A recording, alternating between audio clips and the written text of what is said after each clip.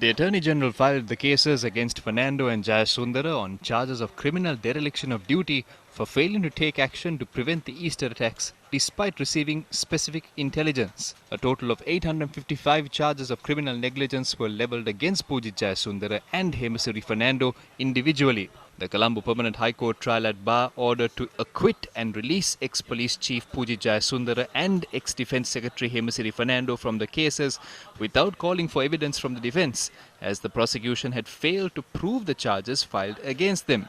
Justice Aditya Patabandige, delivering the summary verdict in court, noted that the evidence provided by the Director of State Intelligence Nilanda Jayawardena made it clear that he had not carried out his duties in a proper manner and acted to place that responsibility on someone else.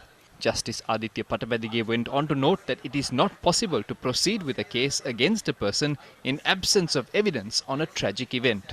Justice Patabandige also noted that one needs to be extra careful when levelling criminal charges against a person, and noted that the arrests of Jayasundara and Fernando on the said charges are also marred with issues. He also said that it is unacceptable to file cases against public servants alone when a political authority exists. The bench had considered the uncertainties relating to the failure to properly convene intelligence review meetings, Security Council meetings, as well as making decisions based on the existing political environment when filing charges against two public servants in the absence of evidence. The bench had ruled that holding public servants accountable based on the evidence that was produced is unjust.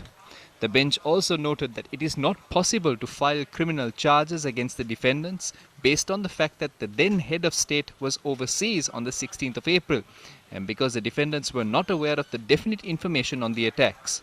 The bench also added that the State Intelligence Service had failed to gather sufficient information of an attack, adding that the intelligence that was received was not a definite piece of intelligence. The court said that after the evidence of the prosecution's first witness, State Intelligence Chief Nilanda Jayawardena, was led, the prosecution should have decided when to proceed with the case or not. However, despite having the opportunity, the prosecution did not reach such a decision.